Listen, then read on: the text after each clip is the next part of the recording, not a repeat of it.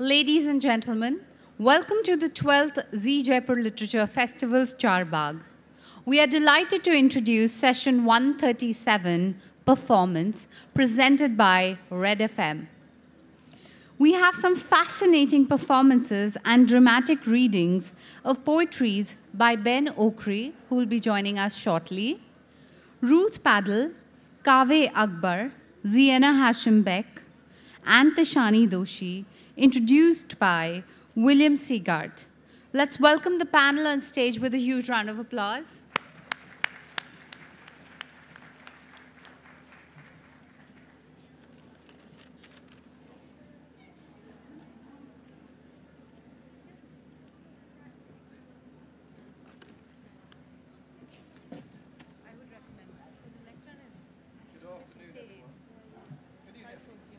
No? Oh, that's better. Good afternoon, everyone. Thank you so much for coming. We have a real festival treat here. We have a really exciting panel of poets from all over the world. From Britain, from India, from Beirut, from Indiana, and Ben Okri, who's missing. But we hope he'll be here. We'll have him read last. So I think to open the show, we're going to begin with Ruth Padel. Ruth, just before you start, just tell us a little bit, when you get to the mic, tell us a little bit what you're going to read and why. Okay. Thank you. Thank you. Thank you so much, William. It's wonderful to be here and to know that so many people here love poetry. So I'm going to read 3 poems. My mother died very shortly after I came back from Jaipur 2 years ago. And I was writing a book about emeralds, but she completely torpedoed it. And so the book became about her. It's still called Emeralds, and you will hear emeralds in the poems. So this is a book really in her memory. She was Darwin's great-granddaughter. She was a scientist. The first time she ever came to a poetry reading, and she'd never really come to one before, she listened very carefully and said afterwards, "I see the point of poets now. They notice things." And I thought that was a rather nice thing. And since one of the themes of this festival is art and science together, it's in her memory that I'm reading these. And she was extremely against superstition. So this is the first poem, and it's about her character, really. She liked a laugh. She hated pink, hydrangeas, marzipan, woolly thinking, and pretense. She stuck to plain tap water, wouldn't have any truck with Perrier, superstition, bling. She believed in hard fact, how and why, the daily crossword, jokes, Latin names of plants, comedy on TV, and going on when eyes and ears and muscles failed, setting her alarm for 8 a.m. even when the last nerve ends on her fingers withered, so it took an hour alone, refusing help for her to do up zips and buttons. What if I'd said one evening, lighting the lamp, cooking dinner while she took in the weather forecast, "I believe that emeralds come from planet Venus, are found in nests of griffins, emit the energy of Saturn, reveal the truth when placed under the tongue, and their powers are spiritual balance, wisdom, love, the reawakening of spring." I can just see the grin. Oh, Ruth.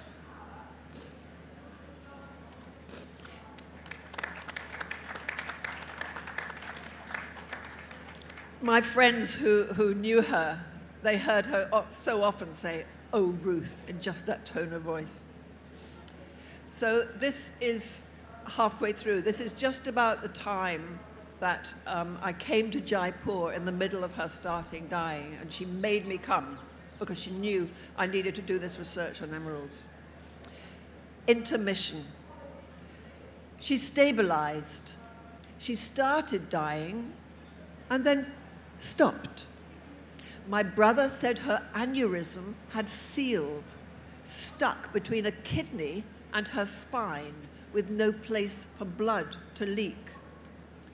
"I'm on the way out," she kept saying to friends and family, daring them to say she wasn't.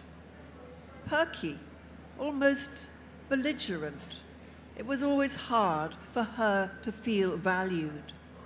Her combative talk was more loving than sugary words.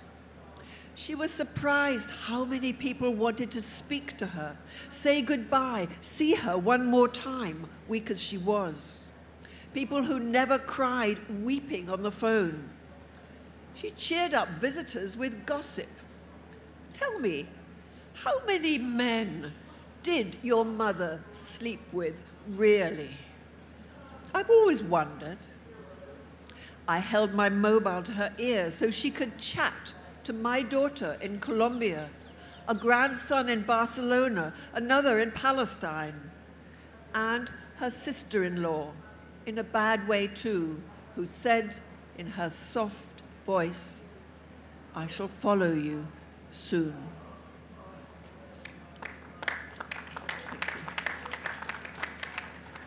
So that sister-in-law was my aunt. She was a painter. In fact, this is her jacket. I inherited it. And she died on the same night as my mother, 100 miles away. It was quite extraordinary. So the last poem I'm going to read, the one thing you know about this is a musical instrument called a theremin, which is a strip of metal, and you play it by, I've never tried to play it, but you don't touch it. You have your hands over it and move your hand in the air, and it makes this eerie sound. And this poem is about going down into an Ice Age cave to see very, very early, 30,000 years old paintings in France. It's called Salon Noir, the Black Room. When we went down into the cave this summer, after her death had opened the vein to a year of reckoning across the whole family, everyone upset, both of them dead within 6 hours on the same night, 100 miles apart. My mother and my aunt, her sister-in-law, our gentle, daring painter, whose children were rushing her in an ambulance from the room upstairs in the family house where I was born to a London hospital, just when, for us, it was all over. We were each a little afraid, also unprepared. The young, apparently, were thinking of vampires. For me, it was breaking an ankle. "Take nothing," said the guide, a girl from the green hills of the Ariège who knew every centimeter of the caves. "Leave behind all bags and mobile phones. You're not allowed to take pictures, and you'll need your hands. The path is slippery, broken, rough.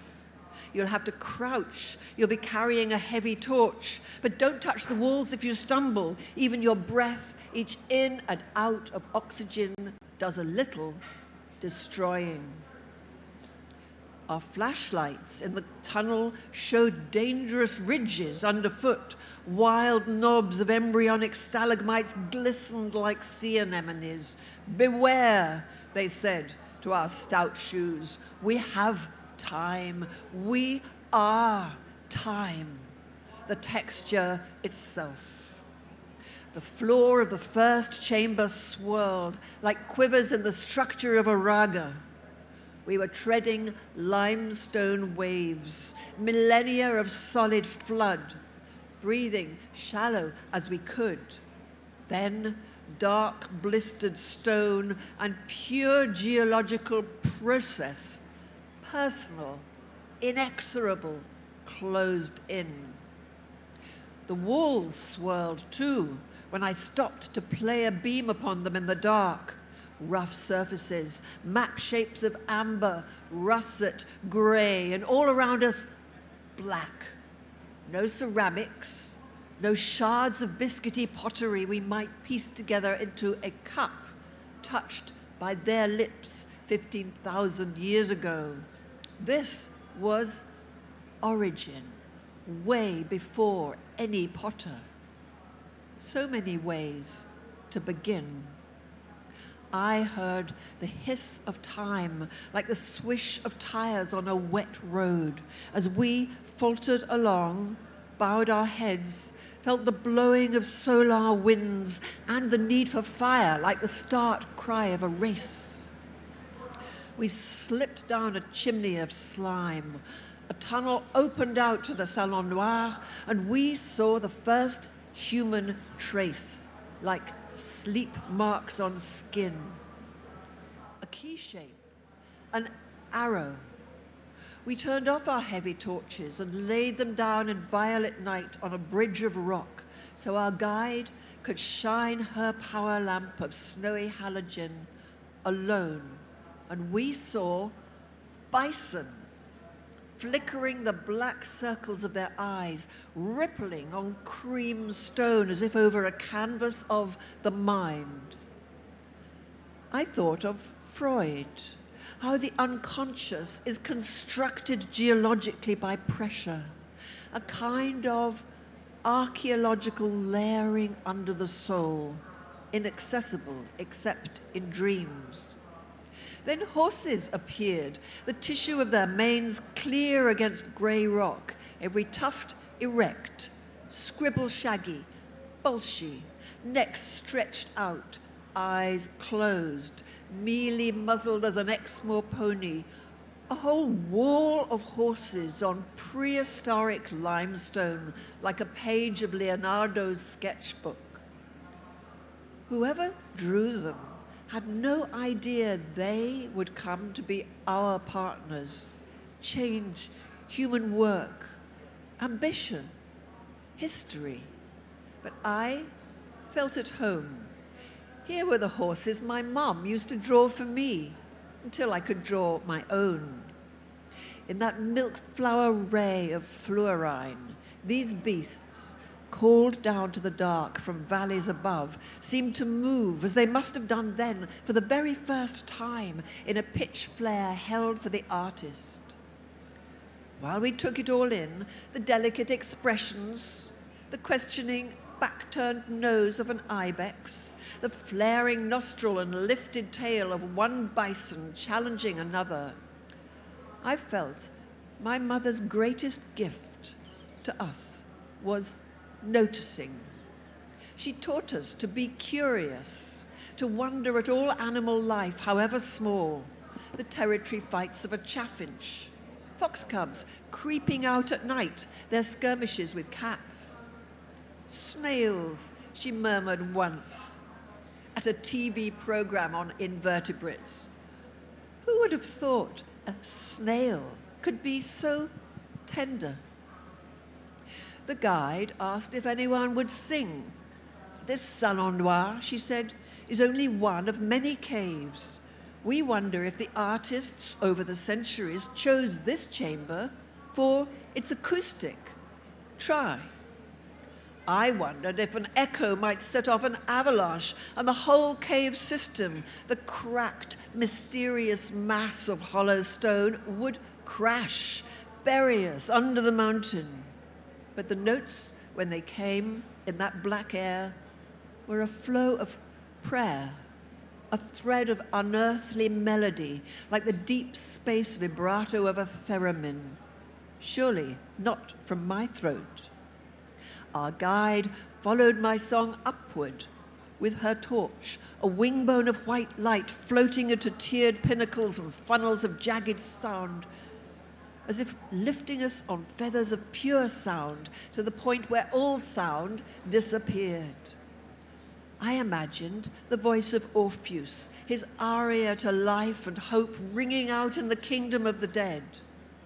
Here, in deep earth, the black blossom of morning still sifting within me, I remembered that emerald was my birthstone, that an emerald, mined in the dark, but lucent green as leaves returning after 100,000 years of ice, green for awakening, for bringing life back from the dead, renewal in earth and of the earth, is a token of rebirth. I pictured the attic room where I was born, in that enchanted house none of us will enter again, where my mother gave birth to me in May, her first of 5, 6, if you count the baby that died. I heard a trickle of water over rock like buried tears, and in this cave of making, birth of transformation and of art, I understood how anyone in darkness longs for green, for the animal life which goes with green, and which, like faceted crystal, light in stone, lets us see the impossible, our own lives with their faults and wounds in a different way, and how the very idea of one gem for our birth might make us try to say the story of ourselves with a whole heart, to carry the true good burden of being known even by animal eyes, and not alone, like the singer who drew all life towards him and went down into the dark, taking his art into the earth. And art takes him up to the light again, renewed. Ruth, 15 minutes have gone. Oh my God, well, I've got one more verse. I'm so sorry. We came back changed. We saw black rock jagged round the entrance, the golden eye of afternoon. Those who came before, the dancers, the mothers, were gone into the hill, but the mountains, rising one behind the other, were herds of green bison drifting away into the sky. I'm so sorry.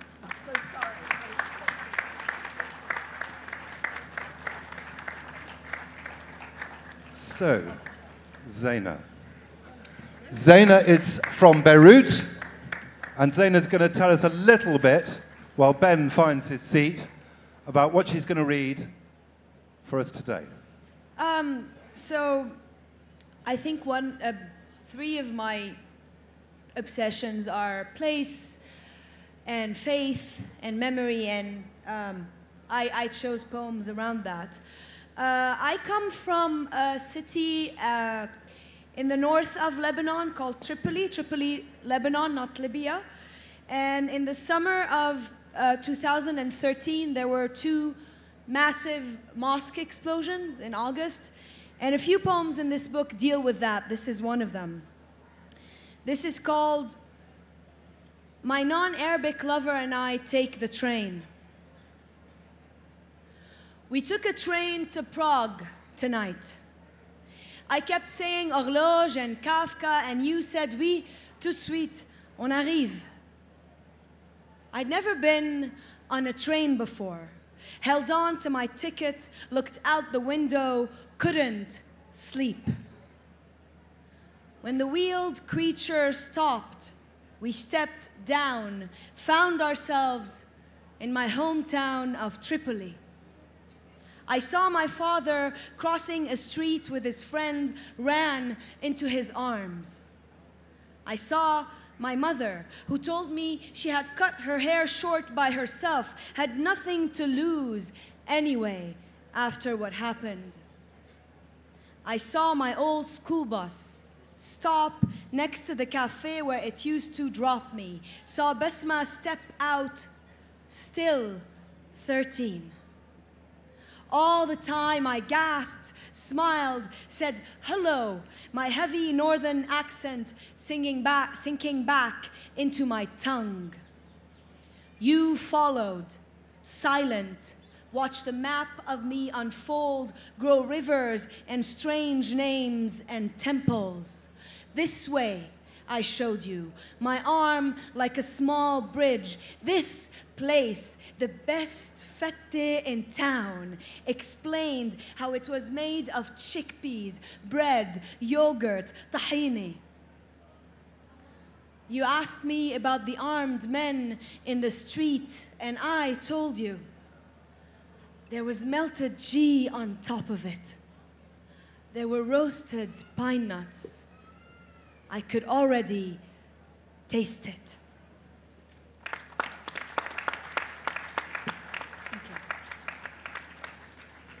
Well, the next one I'm reading because this is the first time Kaveh and I are reading together, and this is for Kaveh. So,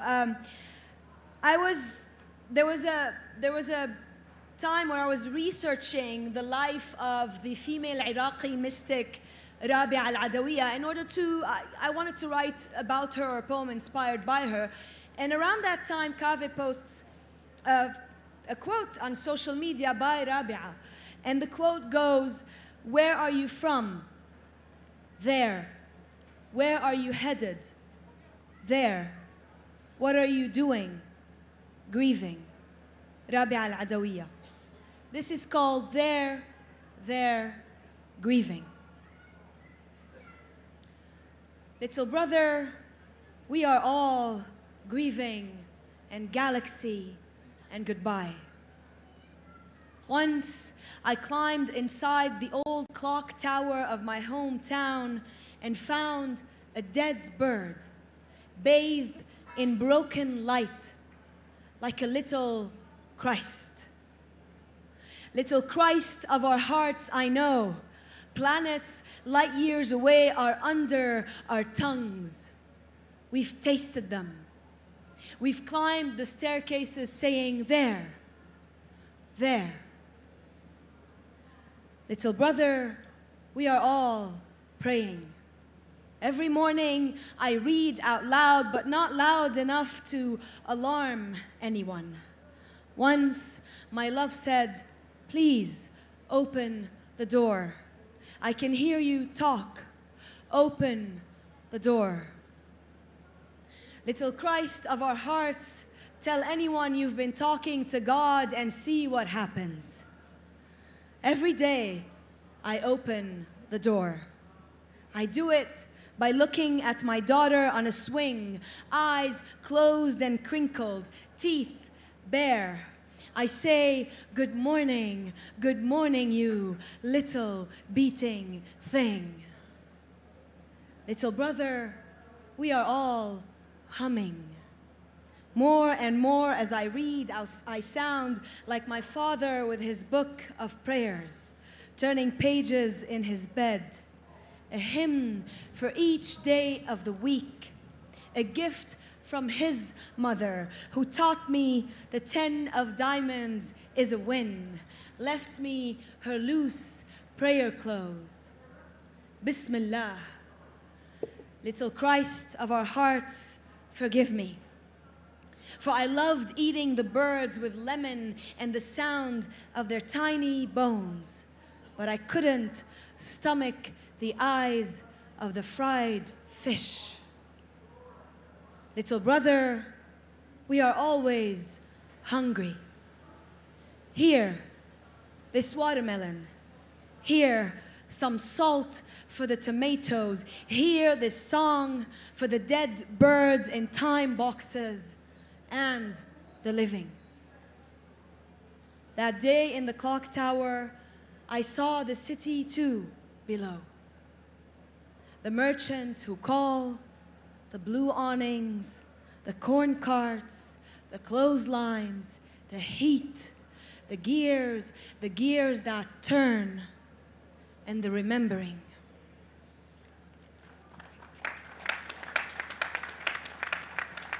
Thank you. One short one, and I just want to say it's such a privilege to be here. Thank you so much for your presence. I really, really appreciate it. Thank you. So I've been dating my now husband since we were 12, and this is a poem about that. It's called Fools Rush In.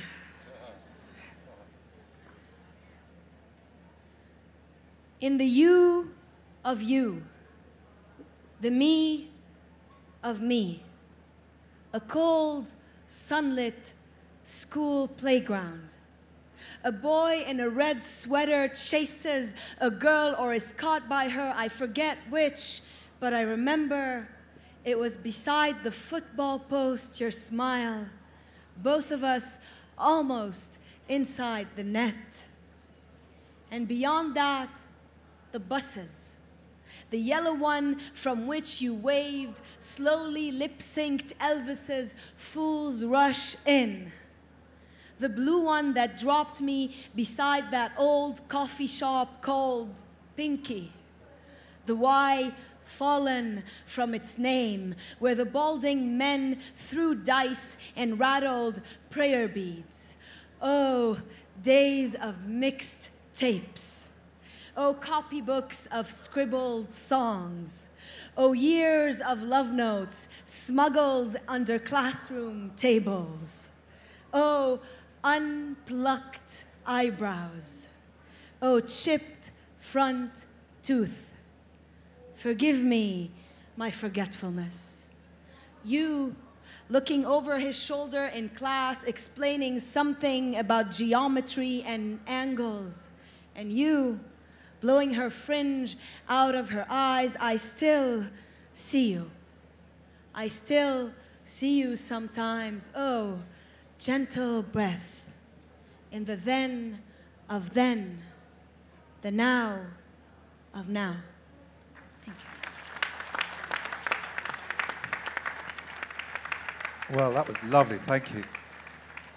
Well, I think, because it's your first time on the stage together, that you should follow, don't you think, Kaveh? Thank you. Yeah, exactly. It is such a privilege to be here. It is such a privilege to be on this stage with these luminaries. It is such a privilege to be among you. If I was wearing a badge right now that said mood best described as, it would say mood best described as among. I feel very among, and I'm grateful for that. Thank you for it. I'm just going to read a few poems. I'm a little dubious of aboutness as it pertains to my poems. I don't tend to think of my poems as being about things, but I do think that as electrons sort of orbit a nucleus of protons and neutrons, I have a like 7th grade understanding of the Bohr model of the atom, but I'm pretty sure that that's how it works. The electrons sort of orbit this nucleus, and I think that to the extent that these electrons are all orbiting a singular nucleus, I think that nucleus has something to do with wonder, or has something to do with bewilderment. This is called Vines.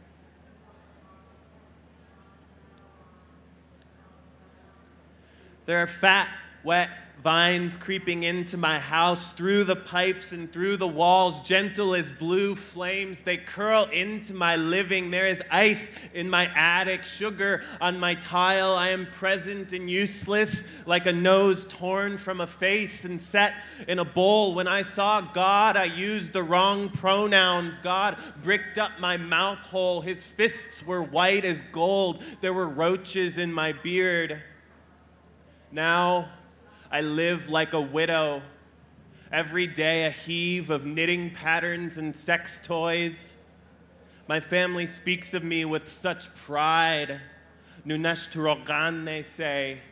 His bread is in oil. I thank them for that and for their chromosomes, most of which have been lovely. I am lovely too. My body is hard and choked with juice like a plastic throat stuffed with real grapes. My turn-ons include Ovid and fake leather. My turn-offs have all been ushered into the basement. I'll drink to them and to any victory. The vines are all growing toward the foot of my bed. I am waiting for them to come under the covers. I am the only person still in this house. There is no one here to look away.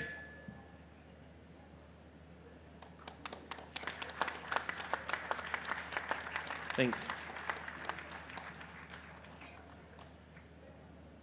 This poem's called I Won't Lie, This Plague of Gratitude. This book that I wrote is sort of about going from a place in my life when I was a real scumbag to a current place where I at least try very hard to be less of a scumbag. And one of the strange things that happens in that process, or that happened in that process for me, was that these occasions for gratitude started to accumulate. I didn't really have a relationship to gratitude in my previous life. I sort of just lurched from crisis to crisis. And so I was really baffled by gratitude. I was baffled. I didn't know what to do with it. This is orbiting that. I won't lie. This plague of gratitude is hard to bear. I was comfortable in my native pessimism, not this spun sugar fantasy. Last night, I made actual cake. There were no worms in the flour, no bloody whirls in the eggs. Afterwards, the minor holiday below my waistband remained festive as ever. When I touched 2 breasts, each one was my favorite. Not long ago, I was hard to even hug, like ribbons of cartilage cut from a lamb. I dressed in shredded roses and pistachio shells. I drank an entire language until the world cut me open like a tube of paint, until it crushed me between its fingers like a hornet. None of it was graceful. I had to learn to love people one at a time, singing, "Hey, diddle diddle, will you suffer me a little?" How could they say no? How could they say anything? I kept biting their tongues. I kept clicking my heels. Now I am cheery and Germanic like a drawer full of strudel. I always wanted to be a saint, but I thought I'd be one of the miserable ones, sainted by pain, burnt alive inside a brazen bull. Instead, I weep openly at obnoxious beauty. Cello music comes in from blocks away, and I lose it completely. There is a word for these fits of incomprehensible delight. I said it last night when my mouth was full of cake.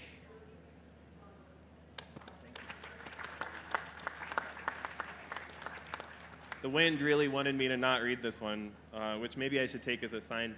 When my book came out, my mom reads my poems. My mother reads my poems. My father doesn't, which is for the best. But when it came out, my mother read it, and the first thing that she said was, "Why are there all these poems about your father in here and no poems about me?" Which is not true. It's empirically, like, quantitatively false. But ever the good son that I am, I wrote her this poem. But it actually starts out about talking about my dad for a second, but then it figures it out. This is called Ultrasound.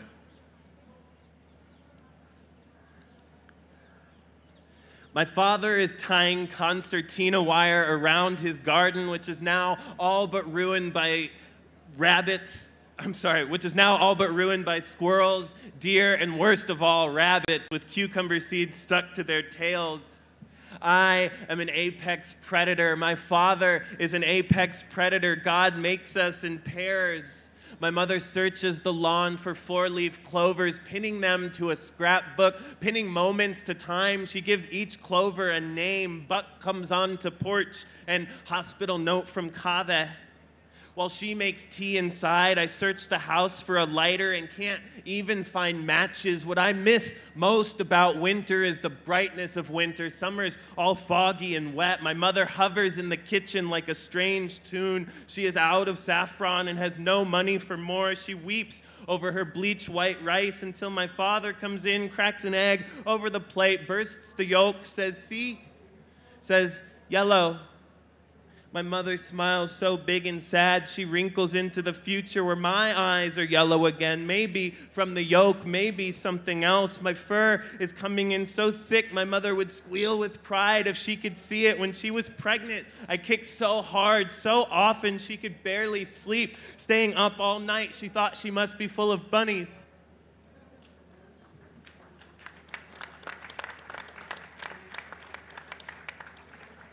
Thank you, guys. This is such a privilege. I'm going to read one more poem, and then I will step aside and get to just wave my pom-poms like the rest of you. This poem is called Portrait of the Alcoholic Floating in Space with Severed Umbilicus. The umbilicus is when you're out free floating in space, when you're out, I don't know, you know, when one is out free floating in space, that's the long tube that connects one to the space station, you know? This is really called the umbilicus, which I think is very sweet. Anyways, Portrait of the Alcoholic Floating in Space with Severed Umbilicus.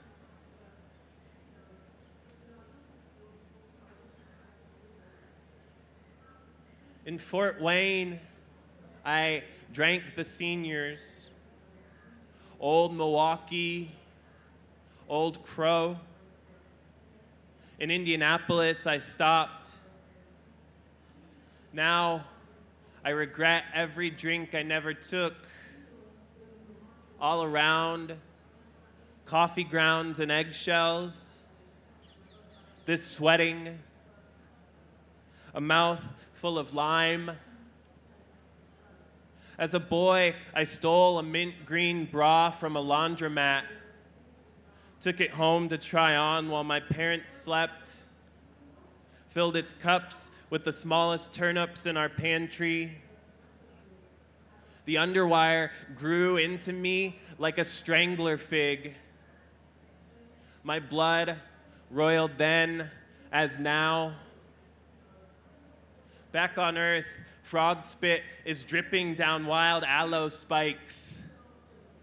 Salmon are bullying their way upstream. There is a pond I leapt into once with a lonely blonde boy. When we scampered out, one of us was in love. I could not be held responsible for desire. He could not be held at all. I wonder where he is now. If he looked up, he might see me, a sparkling. I always hoped that when I died, I would know why. My brother will be so sad. He will tell his daughters I was better than I was. He will leave out my cruel drunk nights, the wet mattresses, my driving alone into cornfields, unsure whether I'd drive out. I wish he were here now. He could be here. This cave is big enough for everyone. Look at all the diamonds.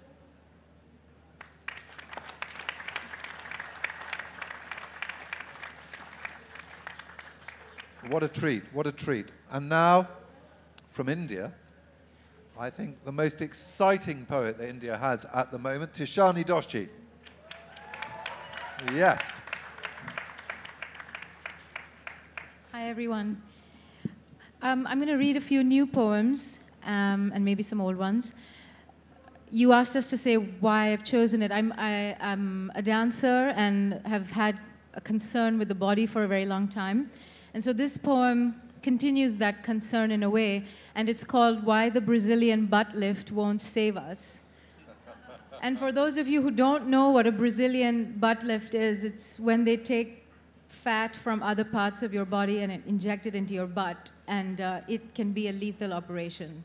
The poem and the poet don't advise it. Why the Brazilian butt lift won't save us. The body refuses happiness. That was once upon a time.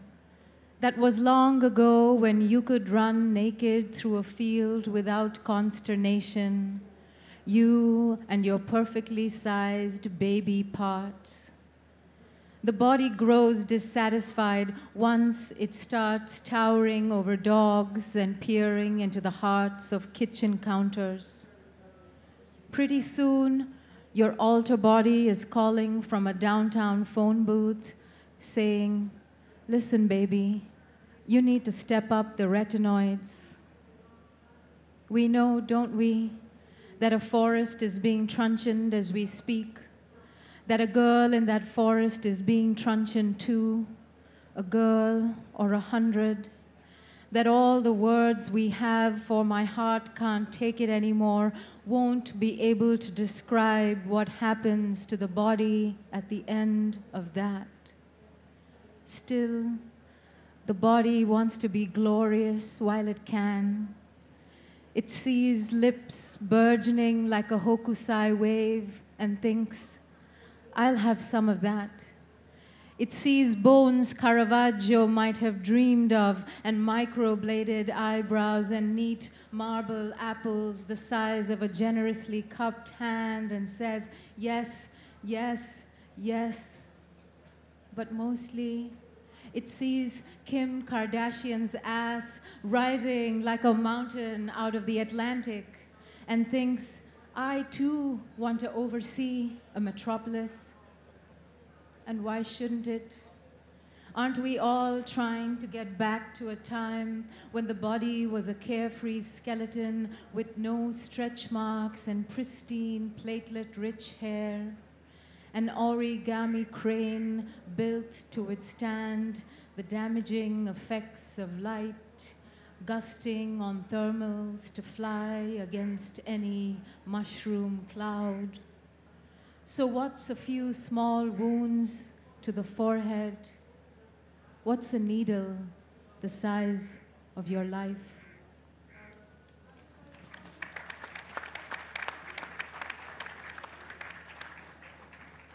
To shift tone somewhat, this next poem I wrote on commission to commemorate over the millions Indian soldiers who served during World War I. And we celebrated Armistice Day, 100 years of that last November. So this was written in response to some of the many letters I read of the Indian soldiers who wrote home. And it's called Many Good and Wonderful Things. History, too, has a hard time remembering the black waters they crossed, the small mountain villages emptied of men. Death was different then. History is always reinventing itself. Say what you will, but clouds have remained more or less the same. And leaving home is still leaving home, whether it's on a jet plane or climbing the steep path behind the house with a roll of bedding on your back. But to die in a faraway place whose name you can't pronounce for a king who isn't really yours is a sadness history still hasn't figured out. History has been pushing for republics since Lucius Junius Brutus, but men are sturdy is the point, or bull-headed. And you'd think the glories of lice making mansions in their shirts was a paradise they could do without. That trench living would make them walk across the front with arms held high, saying, "Take me quick, I wish only to enter the realms of God."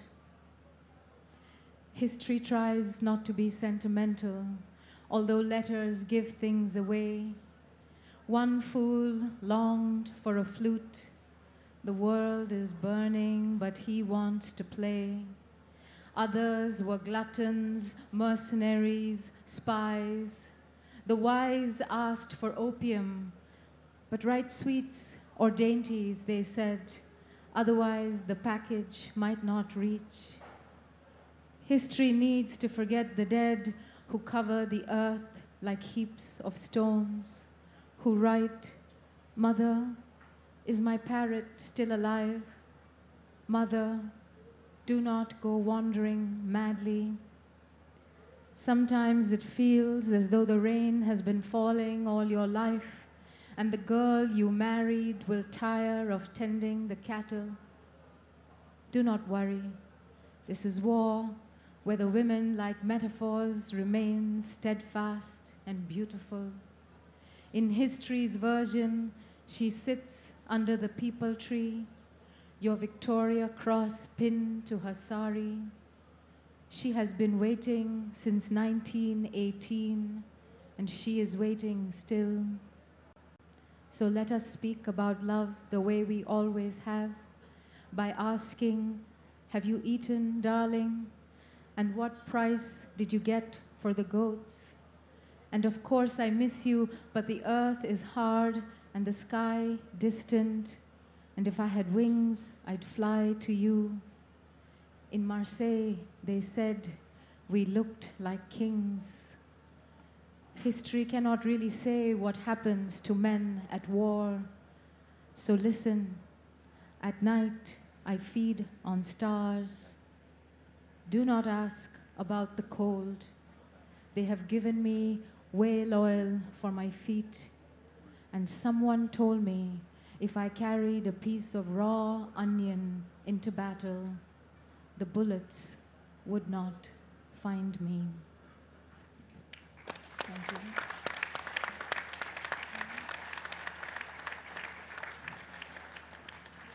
And I'll end with a small poem. It's called Love Poem.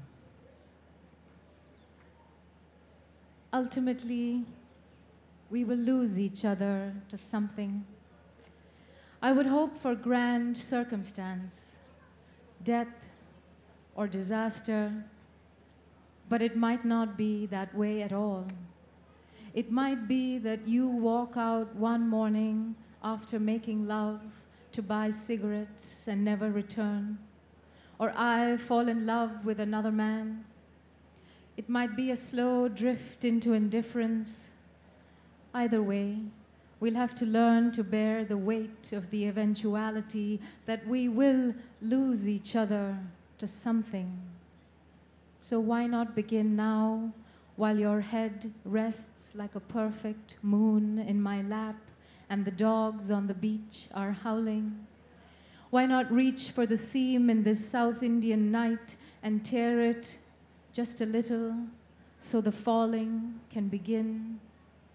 Because later, when we cross each other on the streets and are forced to look away, when we've thrown the disregarded pieces of our togetherness into bedroom drawers and the smell of our bodies is disappearing like the sweet decay of lilies, what will we call it when it's no longer love?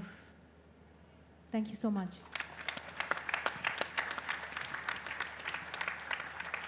Thank you very much, Tishani. Last but not least, we have the late, great Booker Prize-winning, beret-wearing Ben Okri.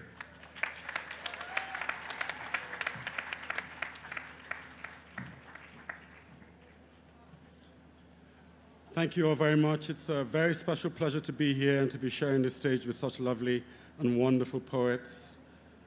And I kind of like the weather is coolish, and so we're going to start with something fairly hot. I'm going to read some political poems. Not something I usually do, but that's how I feel right now about the world. And maybe I'll throw in something a little lighter. But the first poem I'm going to read is called The Present Moment. The present moment began with fire, and still it burns. It began with water, and still they drown on the margins of Europe. It began with air. See how they flee. See how the bombs fall on houses made of sand and dreams made of flesh. The blind drones of remote war. But then it began with earth, where all destinies are one, but many perish for want of justice, or soap, or flowers, instead of fears. Our age is confused. The world runs ahead while humanity falls behind, trampled over by juggernauts whose names are fearsome powers. Across borders and nations, a new web of chains amidst the greatest horizons the world has ever known. Water itself resists oppression. press her down too much, and she geezes up with unexpected force somewhere else. We're all on a great ship that has lost its balance, lost its way, and a huge storm is gathering beyond the iron veil of our hearts. Maybe it's a storm of revelation, maybe it's a storm of truth, of which art is the unknown magus. The age is changing. The present moment is constantly revealing. Everything we see is the mask of time concealing its features. Come with me through the mask into the rites of vision and truth. Come with me into the blue garden. New time is being made there from the wandering sleep of dreamers. Shadows on the cave wall walk to and fro. Shadows in the city wall come and go. Shadows in the garden. Shadows in the garden. Shadows in the shadows.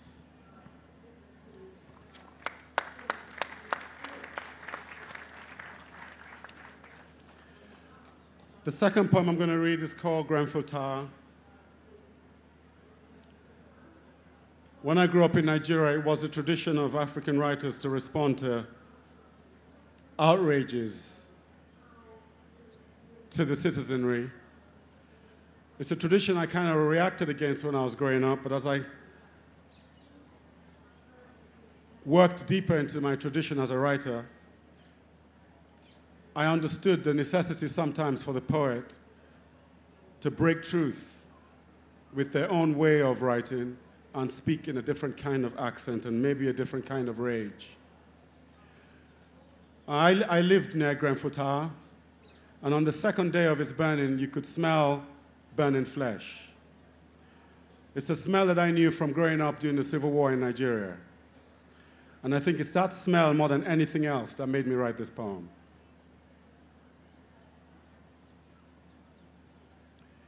It was like a burnt matchbox in the sky. It was black and long and burnt in the sky. You saw it through the flowering stump of trees. You saw it beyond the ochre spire of the church. You saw it in the tears of those who survived. You saw it through the rage of those who survived.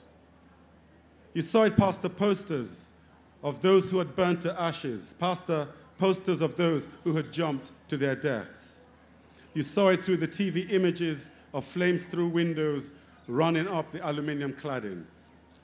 You saw it in print images of flames bursting out from the roof. You heard it in the voices loud in the street. You heard it in the cries in the air howling for justice. You heard it in the pubs, the streets, the basements, the digs. You heard it in the wailing of women and the silent scream of orphans wandering the streets. You saw it in your baby who couldn't sleep at night, spooked by the ghosts that wander the area, still trying to escape the fires that came at them, black and choking. You saw it in your dreams of the dead, asking if living had no meaning, being poor in a land where the poor die in flames without warning. But when you saw it with your eyes, it seemed what the eyes saw did not make sense, cannot make sense, will not make sense. You saw it there in the sky, tall and black and burnt. You counted the windows and counted the floors. You saw the sickly yellow of the half-burnt cladding, and what you saw could only be seen in nightmare.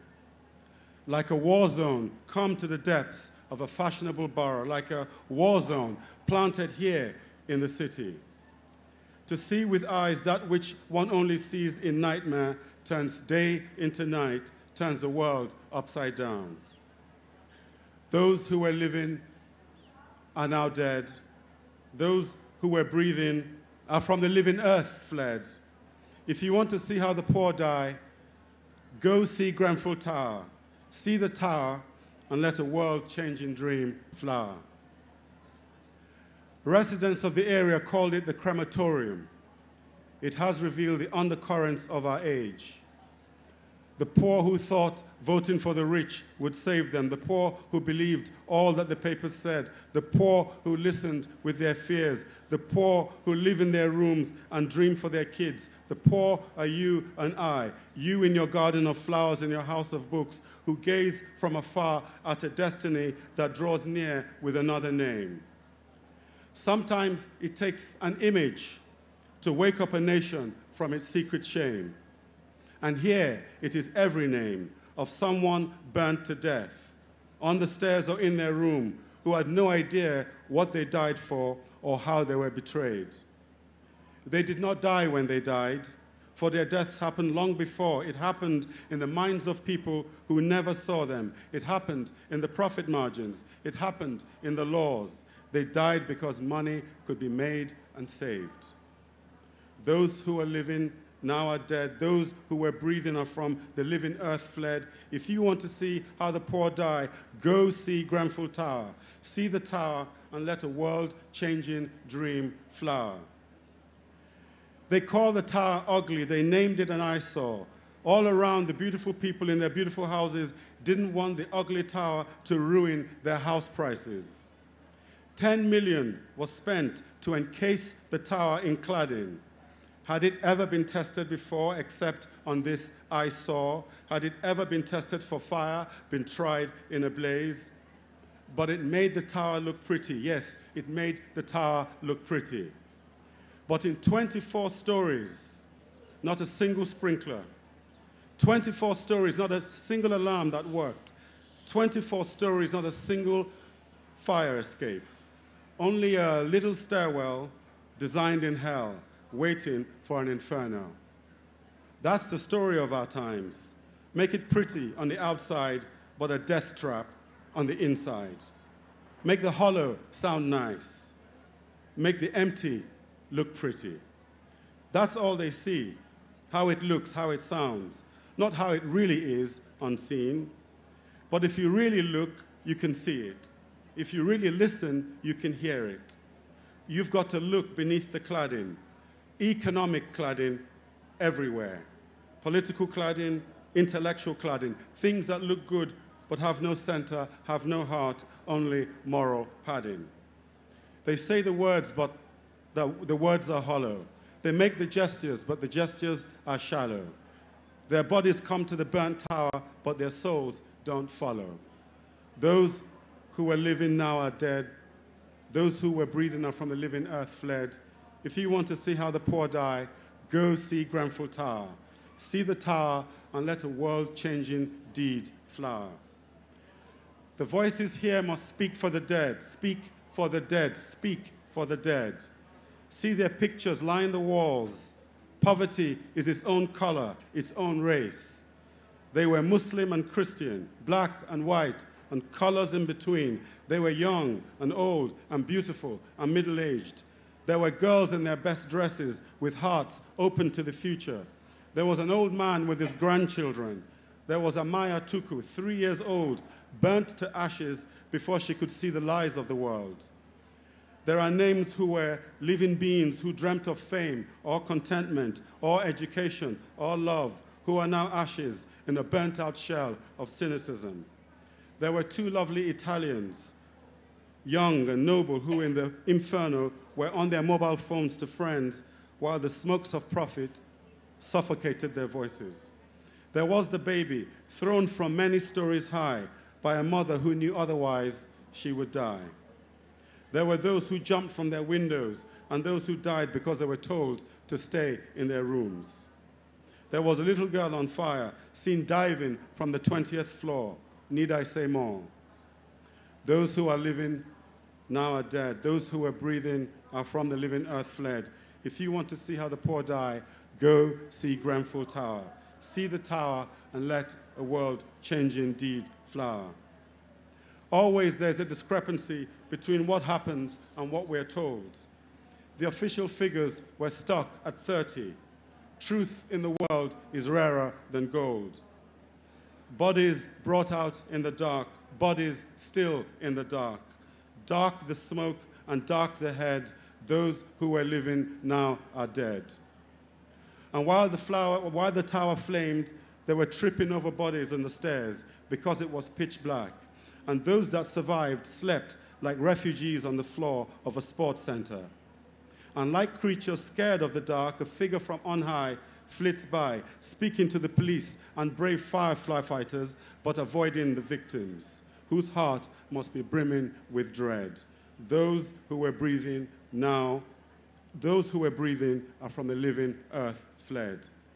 But if you go to Grenfell Tower, if you can pull yourselves away from your tennis games and your perfect dinners, if you go there while the black skeleton of that living tower still stands unreal in the air, a warning for similar towers to fear, you will breathe the air thick with grief, with women spontaneously weeping, with men wandering around stunned, and men secretly wiping a tear from their eye, and people unbelieving staring at the sinister form in the sky. You will see the trees with their leaves green and clean. You will inhale the incense meant to clear the air of unhappiness. You will see the banks of flowers and white paper walls sobbing with words, and candles burning for the blessing of the dead. You will see the true meaning of community, food shared and stories told and volunteers everywhere. You will breathe the air of incinerators mixed with the essence of flower. If you want to see how the poor die, go see Grenfell Tower. Make sense of these figures if you will, for the spirit lives where truth cannot kill. 10 million spent on the falsely clad in a fire where hundreds lost all they had. 5 million offered in relief ought to make a nation alter its belief. An image gives life and an image kills. The heart reveals itself beyond political skills. In this age of austerity, the poor die for others' prosperity. Nurseries and libraries fade from the land. A strange time is shaping on the strand. A sword of fate hangs over the deafness of power. See that tower and let a new world-changing thought flower. Thank you. Thank you, Ben. Thank you very much. Well, ladies and gentlemen, thank you very much for coming today. We've had poets from 5 continents. We've had poetry about love and loss, parents and partners, war and no justice. Thank you for coming.